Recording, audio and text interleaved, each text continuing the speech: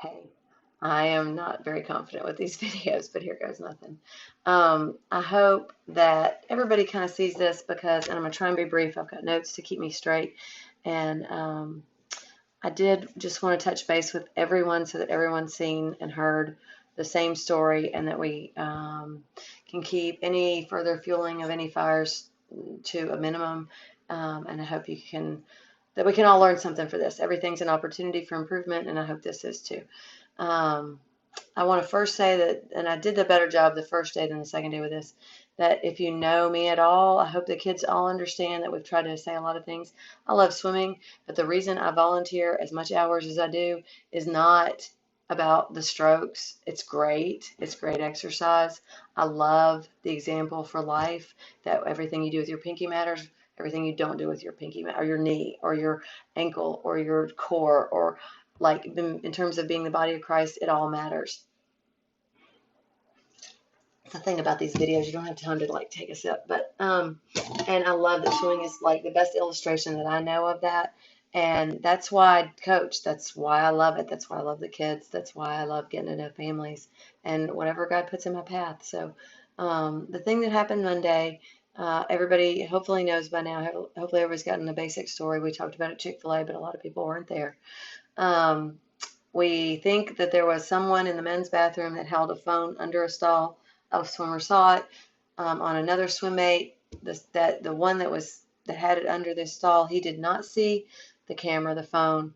I want to first of all go back the first week of practices. We talked a lot about five basic rules, and one of them was take care of each other and take care of our facility.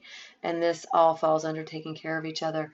At that time, and I know we've said it and it's in the rules, but we haven't really gone hardcore on it and our phones are hard. It's a hard privilege to have because we start being on them and we use them and we don't think about, oh, I've got it in the bathroom.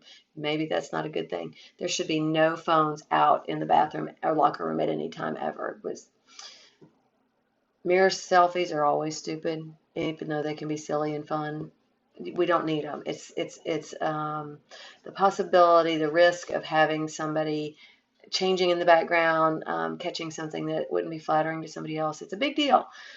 So we haven't gone hard enough on that. I'm just making that a cultural thing that there's no phones in the bathroom. I probably had my phone out in the bathroom because I just haven't like thought about it. Or it's been in my pocket. I know.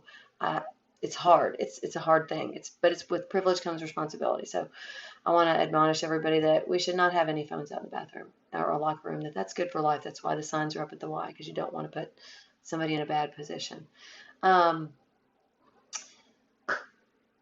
any good coach, any coach I like, any coach I listen to, in anything as far as learning real estate, learning everything, they can never ever tell you a fraction of what they want to. That's been more true for this season than any other for me, just because I'm juggling more things with full-time work and everything else we've got going on with health issues and other random stuff.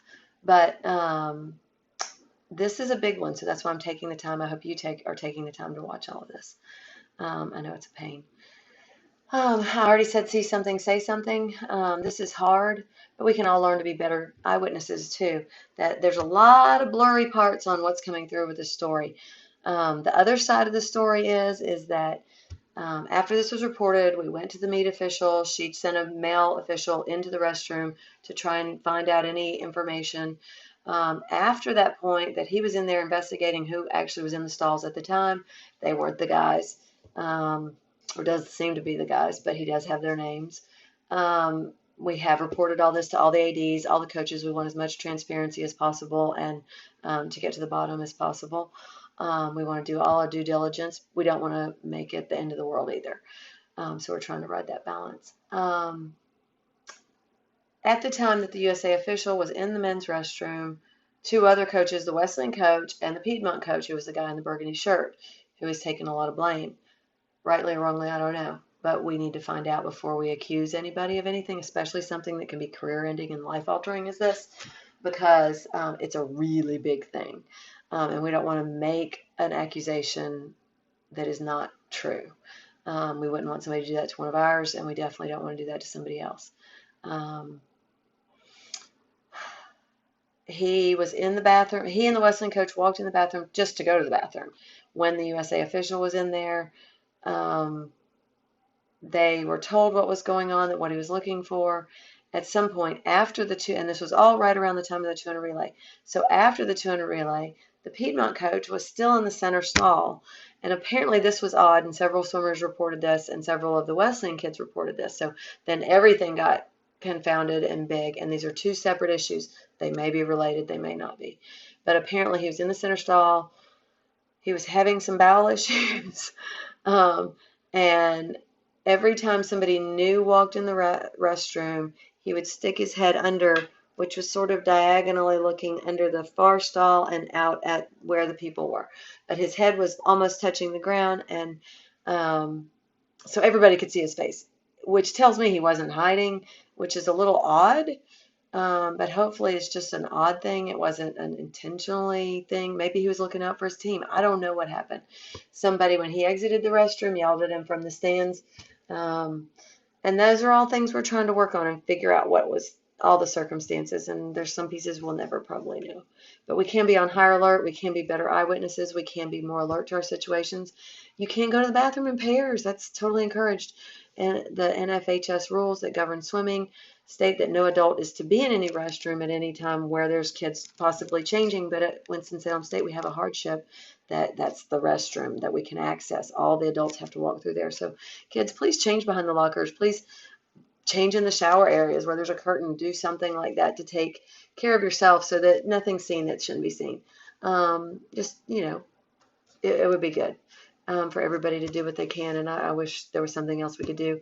We are working with Winston-Salem State if there's other options for the adults to be on deck without walking through the locker rooms. However, that presents its own set of issues that no adults have ears out for things that can be going on. So high school kids especially, you need to be more aware and more proactive for your friends and peers. The world is scary. It's hard. It's messy. This is the world of sin, and we all fight it. But the flip side of that is that what you see is not always the whole story. That what you see, this is one of the things I went over with the kids at practice. I took a concealed carry class at Pro Shots, and I can highly recommend it. And that's also some of our teammates that run that. But it's a quality thing. It made me think about things I never thought about before. There was an incident they related, and I can't remember the details, but the thing about not knowing the whole story is huge. Because there was some incident they related that there was a gas station, supermarket, whatever, little mini mart. Somebody with a concealed carry walked into the store. One person A, had person B on the ground and holding them with a gun in their hand. And they didn't have nobody had any uniforms on. There was no way to tell who was who was in what role. So not knowing any better, the person with the gun that walked in later in the situation, I can't remember if they shot the person with the gun in their hand, but it turns out that was the service employee, and he was being held up by the guy on the ground and had subdued him and was waiting on the policeman. And I think the thief got away, and I'm not sure if the other one was injured or not, but it was really bad. And we can all literally jump the gun like that in terms of what we see, and our brain tries to make sense of a situation, and it's not the whole situation, and we made the wrong conclusion, and there's damage.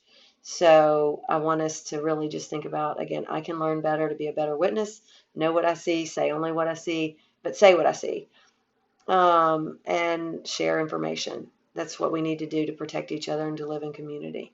It's hard to go and say things that are hard. The last thing is the Chick-fil-A video that I sent before in the email. Everybody, absolutely everybody's carrying stuff you know nothing about. No matter how well you know somebody, no matter how well you think you know somebody, they've got stuff. It's guaranteed that they don't have time to tell you, or they just aren't comfortable telling you, or whatever. But that Chick-fil-A video, I think, is a much better illustration than anything I can come up with.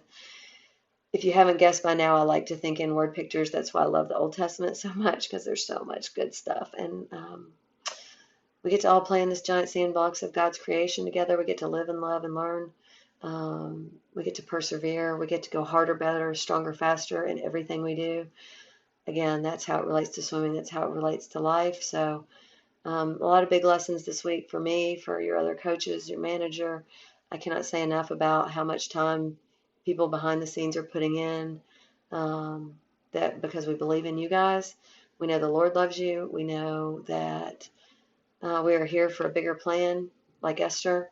And I'll leave with that. Hopefully, we get to have a blast the rest of our season and our party at the end. Um, I thought I've told everybody, and I'll go ahead and say it here. I think this is my last season, so it's sort of bittersweet, and I have a lot more um, sort of rumbling around in my head that relates to all of it, sort of coming to an end for me. I hope to be around. Maybe I'll be a stroke and turn judge. Maybe I'll be a photographer, but I cannot give any more of what I've given. Um, I've loved doing it, and I've loved everybody that's been in here, no matter how well or lightly we've crossed paths. Sometimes you just cross paths a little bit, and sometimes it's really solid. Um, but it's been a fantastic thing, and I tell you that before the end of the season, so you guys can be thinking about how to continue and talk to Jenna. She'll be making decisions for next year, and we will keep you posted when we know stuff. But as far as it goes now, we don't know anything, so we can't tell you what the continuation will be, exactly what will happen, exactly where we will be practicing.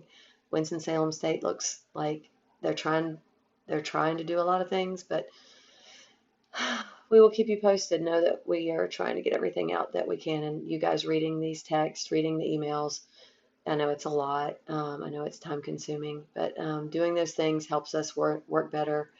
Whoever's in leadership, however that may go. Michael and Debbie have been amazing this year, but I don't think they have the time either. So we are looking for what we can do.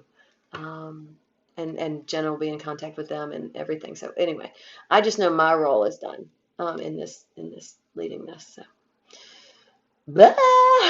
I hope you have a great night. Thanks for bearing with me all 12 minutes of this. Bye.